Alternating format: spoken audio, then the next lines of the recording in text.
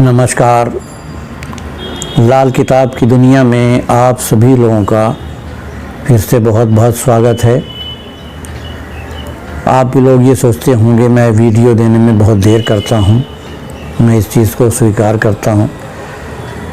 इसके पीछे बहुत सारे रीज़न हैं, लेकिन मेन रीज़न ये है कि मैं कोई भी वीडियो बनाने के पहले कोशिश ये करता हूँ कि उसमें वो चीज़ आ जाए जो कुछ नई लगे, जिससे अपने को कुछ ज्ञान हासिल हो, आपके ज्ञान में भी वृद्धि हो, मेरे ज्ञान में भी बरकत हो। तो मैं इसीलिए मुझे इसकी देरी लगती है और मैं सोचता हूँ कि अगर मैं जल्दी जल्दी बनाऊँ और किताब की रटी रटाई बातों के आपको सामने रखता जाऊँ तो उससे कोई भी मकसद सॉल्व होगा नहीं, क्योंकि आप लोग विद्वान लोग हो, आपके पास भी किताब है, आपको भी मालूम है कि कहाँ पर क्या है। अब अगर उसका एक्सप्लेनेशन देने के लिए अगर आपको कुछ नहीं है तो उसका कोई मतलब नहीं रहता। मैं अभी तक रेगुलर वे में काली किताब के ऊपर में चल रहा था, लेकिन बीच में हमारे कुछ ऐसे दर्शक जो मैंने देखा जिनको बहुत ज्ञान है इसके फील्ड में, उनने बोला कि आप इसको पहले एक्सप्लेन करिए। ये मेन चीज़ है लाल किताब की, इसके बगैर लाल किताब में बढ़ना बड़ा मुश्किल है। मैंने भी देखा, मैंने कहा ये तो बहुत सही बात है कि हमने हालांकि इंट्रोडक्टरी चैप्टर टाइप के मैंने कुछ दिए हैं, लेकिन उससे हल नहीं होगा, इसको डीपली सोचना पड़ेगा। तो फिर मैंने डिसाइड किया कि जब तक मैं ये कुछ छोटी मोटी चीज़ें जो कि छोटी मोटी होने के साथ साथ बहुत ही इम्पोर्टेंट चीज़ है लाल किताब की, ये एक्सप्लेन नहीं कर लूँगा, तब तक मैं काली किताब के ऊपर आगे नहीं बढ़ूँगा। तो इन छोटी मोटी चीज़ों को एक्सप्लेन करने का जहाँ तक ताल्लुक़ है, तो उसके सबसे पहले मैं ऋण के बारे में चर्चा करूँगा, इसके बारे में जिसकी वजह से आदमी के ऊपर अपने पुरखों का या खुद का किया हुआ ऐसे कर्म जो कुकर्म की श्रेणी में आते हैं, उसका मुआवजा लाल किताब के हिसाब से हम निकाल सकते हैं। और जब तक उसको पैसिफाई नहीं कर लेते ऋण का, तो आपकी कुंडली में कितने ही राजयोग हों, कुछ भी हो, उससे कुछ नहीं होता। वो तो मैं आपको इस तरह से समझाऊं कि मान लीजिए कि कुंडली में राजयोग बना है कोई, लेकिन आपको तो कुछ भी राज का सुख नहीं मिल रहा है, तो वो तो वही बात हो गई कि आपने इलेक्ट्रिक का मेन स्विच ऑन किया नहीं, अंदर के घर के सारे स्विच ऑन कर लिए, तो लाइट कहाँ से आएगी? मेन स्विच ऑफ पड़ा है। तो वो देखना जरूरी है। मेन स्विच क्या है कि जब आप आसमान से आपका प्रवेश धरती पर होता है, माने गुरु की जो हवाएं हैं जब आपको यहाँ तक लाती हैं, उस दौरान क्या क्या होता है, उसके पहले क्या हो चुका होता है, उसका लेखा जोखा लाल किताब में रहता है।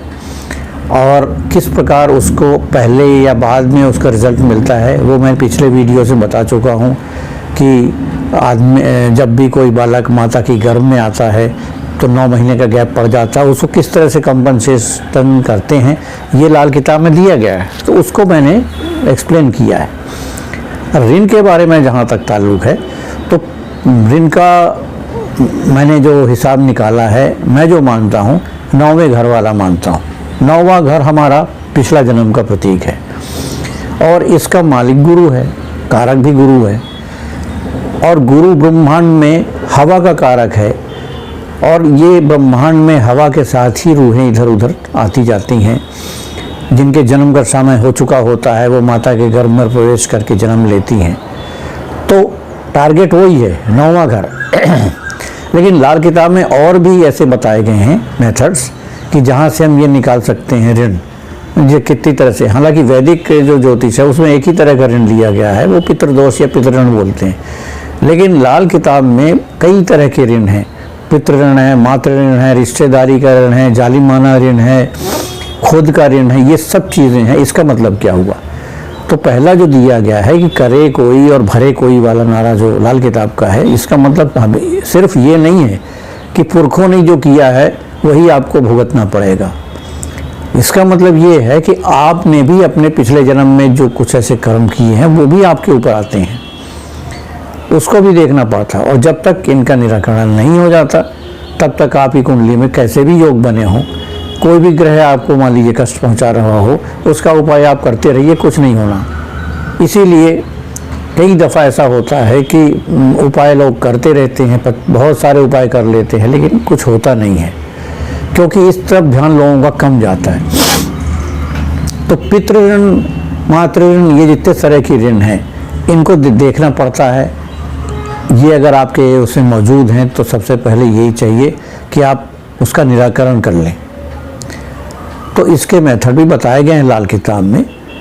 इसके अलावा दो कुछ चीज़ें और भी दी हुई हैं लाल किताब में, जो कि आपको देखना ज़रूरी है, उनको आप ओवरलुक नहीं कर सकते। जैसे बिल मुकाबिल के ग्रह होता है, जिसमें ग्रह, अच्छा ग्रह जो है, जो आपस में दोस्त है, वो दुश्मन में कन्वर्ट हो जाते हैं, ये भी देखना ज़रूरी है। इसके बाद टक्कर वाले होते हैं कि पहले घर में बैठा 8वें को टक्कर मारता है, उसको बिगाड़ देता है। ये क्या होता है कि जब हम कुंडली देखते हैं तो लोग जो दिखाने आते हैं वो जल्दी करना शुरू कर देते हैं, और प्रोफेशनली जो इसको देखते हैं उनको जल्दी करना मजबूरी हो जाती है, तो कई चीज़ें अवॉइड हो जाती हैं। जैसे मैंने ये बताया, आपका ऋण का है और टक्कर का है, बिल मुकाबिल का है, किस्मत के ग्रह हैं, है ना, सांझे ग्रह हैं। इन चीज़ों को देखने में, एक कुंडली को देखने में ही बहुत वक्त लगता है अगर आप कायदे से देखें तो। और अगर सुपरफिशियल देखना है तो फिर तो सॉफ्टवेयर मौजूद है ना, सब रेडीमेड माल मिल जाता है। तो वो रेडीमेड माल के ऊपर से दुनियादारी नहीं चलती लाल किताब की। आपको अपने इंटरप्रिटेशन निकालने हैं तो आपको इन चीज़ों को भी कंसीडर करना पड़ेगा। तो मैंने क्या किया है कि अगले उसमें मैं 2 चार्ट डिस्प्ले में लगाऊंगा। एक चार्ट जिसको मैं बहुत सीरियसली फॉलो करता हूं, 9वें घर वाला, और दूसरा चार्ट जो एडिशनल लाल किताब में इंफॉर्मेशन दी हुई है, उसको दोनों को मैंने अपने तरीके से एक्सप्लेन करने की कोशिश की है, सरल करने की कोशिश की है, कि जिससे आप वो को समझ में आ जाए। आप कोशिश करिएगा, थोड़ा सा अगर आप ध्यान लगाएंगे तो वो चीज़ आपके समझ में आ जाएगी।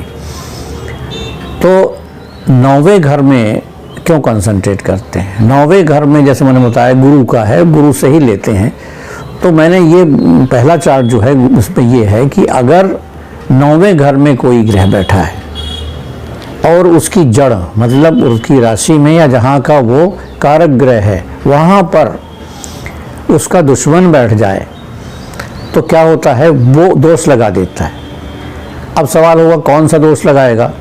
जो ग्रह होगा उससे संबंधित जो दोष होगा वो उस पर लग जाएगा। जैसे गुरु का है, गुरु अगर 9वें घर में बैठा है और गुरु के दूसरे घरों में, जैसे कारक ग्रह को ले लेते हैं, लेकिन सबसे पावरफुल दोष लगाता है 12वां घर, दूसरा उसकी राशि जो मीन राशि है, वहाँ पे बुध बैठ गया। तो बुध अगर बैठ गया तो वो सबसे स्ट्रांग पितृ दोष लगा देता है। मतलब आपके पुरखों के द्वारा जो कुछ गलत काम किया गया है वो चीज़ आपके ऊपर आ गई है, और उसको जब तक ठीक नहीं करोगे तब तक ये ठीक नहीं होगा। इसी तरह मान लीजिए चंद्र आ गया 9वें घर में और उसके जड़ में, मतलब आप ले लीजिए चौथे घर, चंद्र का एक ही घर होता है, चौथा घर, उसमें अगर कोई उसका दुश्मन आ गया या जो दूसरे हमने चार्ट में लगाए हैं वो देख लेना आप, तो फिर वो मातृ दोष हो जाता है कि माता के किसी कार्य का नतीजा आपको भुगतना पड़ता है। तो इस तरह से ये चीज़ चलती है। पहले दोष ढूंढना है, और दोष ढूंढने का मतलब हमने दोनों में ये देखा है कि 2 चार्ट जो लगाए हैं, हमें 9वां इससे जमता है कि अगर आप पूरी चीज़ों को मिक्स कर देंगे तो दुनिया भर के आपके ऋण निकल आते हैं। ये इतने ऋण निकल आएंगे कि आप करते करते बोर हो जाएंगे और कोई फ़र्क नहीं पड़ेगा, आपको समझ नहीं आएगा। इसलिए जो मैं खुद प्रैक्टिस करता हूँ, चाहे वो कितना गलत है और कितनी दूर तक सही है, वो ऊपर वाला जानता है। कंसेप्ट तो क्लियर है कम से कम इसमें, कि उस पहले चार्ट के हिसाब से मैंने जो निकालते हैं मैं वही करता हूँ। हालांकि आपके कन्विंस के लिए मैंने दूसरा चार्ट भी लगा दिया है। अब आप कहेंगे गुरु का जो मैं बोल रहा था, गुरु अगर 9वें के अलावा दूसरे घर में भी आता है तो फिर हम उसके 9वें और 12वें घर में बैठे हुए ग्रहों को देखेंगे। हालांकि फिर दूसरे भी है, तीसरे भी है, बहुत सारे ऐसी जगह हैं जहाँ पे गुरु को हम देखते हैं। लेकिन 12वां और 9वां अगर है तो पक्के तौर पर वो पितृदोष बन जाता है और उसको शांत करना ज़रूरी है।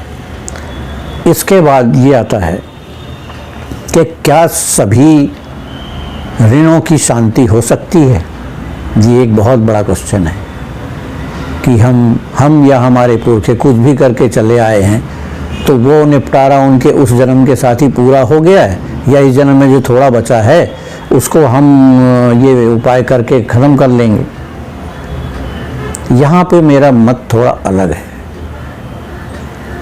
वो इस तरह से अलग है कि हम यहाँ पर भी ग्रह फल वाले जो सिद्धांत हैं उसको अप्लाई करेंगे। वो कैसे कि मान लीजिए किसी का जो है वो आया मातृदोष, मातृ ऋण आया, और मातृ ऋण में हम चंद्र को कंसीडर करते हैं, और चंद्र जो है कहाँ बैठ गया? मान लीजिए चंद्र 9वें घर में बैठ गया है और चौथे घर में ऐसा कोई ग्रह बैठ गया है जो उसका दुश्मन है। तो क्या होगा कि दोनों ग्रहों की शांति करनी पड़ती है। मतलब जो ग्रह दोष लगा रहा है और जिस पर दोष लग रहा है, ये सिर्फ 2 ग्रह लिए जाते हैं जिनके लिए उपाय किए जाते हैं। तो अगर ये दोनों ग्रहों की स्थिति या दोनों में से किसी एक ग्रह की स्थिति में उनकी अपनी राशि, उनकी उच्च राशि, उनकी नीच राशि इन्वॉल्व नहीं हो रही हो, तब फिर ये जो ऋण का उपाय आप करते हैं तो काम में आते हैं, उससे काम बनता है। अगर ऐसी कोई चीज़ फंस जाए कि वो दोनों ग्रहों में या कोई एक ग्रह में उनकी कोई भी चीज़ नहीं फंस रही, ना उच्च की, ना नीच की, ना स्वयं की, तब ये जब उपाय किए जाएंगे तो ये काम में आता है। अब ये ऐसा क्यों है? तो मेरा जो अपना अनुसंधान है वो ये है कि कुछ पाप ऐसे होते हैं जिनका कोई प्रायश्चित नहीं होता। वो तो फिर ऊपर वाला ही डिसाइड करता है कि अगले कितने जन्म तक उसको इसके भोगना पड़ेगा। अब जैसे हम लेते हैं कि अपने उसमें भी दिए हुए हैं, ज्योतिष के पुराने ग्रंथों में दिए हुए हैं, कुछ पाप ऐसे होते हैं जिनका फल इस जन्म में भोगना ही पड़ता है। आप कुछ भी कर लीजिए, पूजा पाठ कर लीजिए, नग पहन लीजिए, उपाय कर लीजिए, कुछ भी कर लीजिए, आपको कुछ नहीं होता। वो ऊपर वाले की लाठी पड़नी है तो पड़नी है, और उस लाठी में और आपके बीच में जो भी आएगा, ज्योतिषी या जो भी आएगा, वो लाठी उसको भी पड़ेगी। तो इसलिए अगर ये मत पता लग जाए कि ये दोनों ग्रह फल के हो रहे हैं, कोई ये ग्रह फल का हो रहा है, तो उसके बीच में ना आया जाए तो यही अच्छा है। क्योंकि लाठी तो चली, अब आप लाठी के बीच में आ गए तो वो तो लाठी पड़ेगी आपको भी। यही मैं सावधान करता रहता हूँ हमेशा कि लाल किताब के उपाय खतरनाक भी होते हैं। इसके बाद आपने ये देख लिया कि दोनों उपाय हो सकते हैं कि नहीं हो सकते। अब मैं बोल रहा था कि कौन से ऐसे कुकर्म हैं जिसकी चीज़ चलती रहती है, जिसकी सज़ा चलती रहती है। वो दिए हुए हमारे ग्रंथों में कि एक तो हत्या चाहे आपने किसी की ही की हो पिछले जन्म में, हत्या का जो पाप है, हत्या का जो कर्म है, भले उसको हत्यारे को पिछले जन्म में फांसी ही क्यों ना लग गई हो, वो तो दुनियादारी की सज़ा है, लेकिन परमात्मा की सज़ा ने यहाँ उसको नहीं छोड़ा और उसको इस जन्म में उसकी किसी न किसी रूप में उसको भुगतना पड़ता है। दूसरा बलात्कार है, रेप।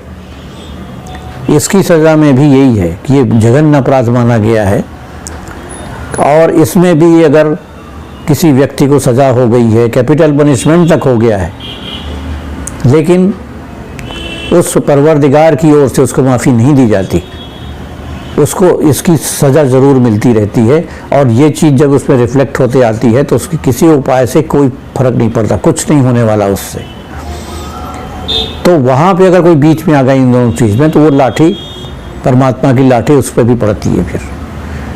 फिर एक चीज़ आती है कि अपने माता पिता को अपने घर से बेघर कर देना, ये एक बहुत बड़ा ऑफेंस माना गया है और इसकी सज़ा भी बहुत भयंकर मानी गई है। हालांकि इन जितनी चीज़ें बताई है मैंने, सबकी सज़ा भयंकर है, इन सभी में कोई माफ़ी नहीं होती है। और कोई दुनिया का कोई भी ज्योतिषी, तांत्रिक, मांत्रिक कोई भी आपको अगर इस कुंडली में मौजूद है ऐसी दोष के रूप में जिसमें ये दोष ग्रहफल के बने जा रहे हैं, तो मेरा दावा है कोई भी ज्योतिष, तांत्रिक, मांत्रिक, कोई भी XYZ इससे छुटकारा नहीं दिला सकता। आपको अगर ये चीज़ें इस तरह से मिल रही हैं कि बदकिस्मती का दौर चल रहा है, सब कुछ होते हुए भी, अपना राजयोग होते हुए भी, तो इसको आपको सर झुका के उसके इंसाफ को मान लेने में ही बेहतरी होती है, उपाय करने में कुछ नहीं होगा। तो ये कुछ चीज़ें हैं, जैसे मैंने बताया, हत्या हुआ, रेप हुआ, माता पिता को बेघर कर देना, या किसी गरीब का जो भी है उसको छल कपट से छीन लेना, ये चीज़ें जो है अपना कभी ये माफ़ी नहीं होती है। और जन्म जिसके जन्म कुंडली में रिफ्लेक्ट होके आता है, इसका मतलब यही है कि उसने ये सब को कर्म कुछ ना कुछ किए हैं जिससे रिलेटेड आया है। अगर उस पर ग्रहफल वाला हो रहा है तो कुछ नहीं होना, कोई भी उपाय कर लो। मैं ये बता रहा हूँ आपको, कुछ नहीं होना, चाहे कोई भी उपाय कर लो। और अगर नहीं है तो आप पिछले जन्म में जो ये अगर कुछ हुआ भी है तो उसमें आपका इतना बड़ा दोष नहीं था, इसलिए आपको माफ़ी के रूप में उपाय करने की इजाज़त मिली हुई है, ये देखना पड़ता है। तो ऋण के बारे में मैंने इतना इंट्रोडक्शन दे दिया है कि अगर आप ये मेरी मैंने जो बोला है आपको, इसको सुन के और वो चार्ट को देख के ऋण निकाल भी लें, तो सबसे पहली बात आप ये देखें कि जो ऋण वाले ग्रह, 2 ग्रह ही होंगे ऋण वाले, एक लगाने वाला और एक जिस पे लग रहा है, इसमें कोई दोनों ग्रह फल के हो रहे हैं या कोई एक ग्रह फल का हो रहा है। इन दोनों ही सूरत में उपाय नहीं होगा, इसकी शांति नहीं होगी। और आप इसके लिए न खुद कोशिश करें न किसी से करवाएं, नहीं तो वो चली हुई लाठी दोनों पे लग जाएगी। अब मैं अगले इसमें जो अटैचमेंट लगा रहा हूँ वो आपके चार्ट का ही होगा। आप उस चार्ट को देखिए, साथ में मैं अपने कमेंट्री भी मैं दूंगा कि आपको उसको कैसे देखना है। मैं आपको 2 चार्टों के माध्यम से अगले वीडियो में एक्सप्लेनेशन दे रहा हूँ। आप इसके बाद वाला वीडियो भी देख लेंगे, क्योंकि एक वीडियो के बनाने में काफ़ी लंबा टाइम लग रहा था, इसलिए इसको मैंने 2 में तकसीम किया है। तो पिछला ये जो वीडियो चल रहा है, इसके बाद आपको ये 2 चार्ट वाला वीडियो मिलेगा। इसको आप देखिए, पहला चार्ट तो ये है और दूसरा चार्ट ये है। इन 2 चार्टों से आपको मैं पूरी कोशिश कर रहा हूँ एक्सप्लेन करने के लिए।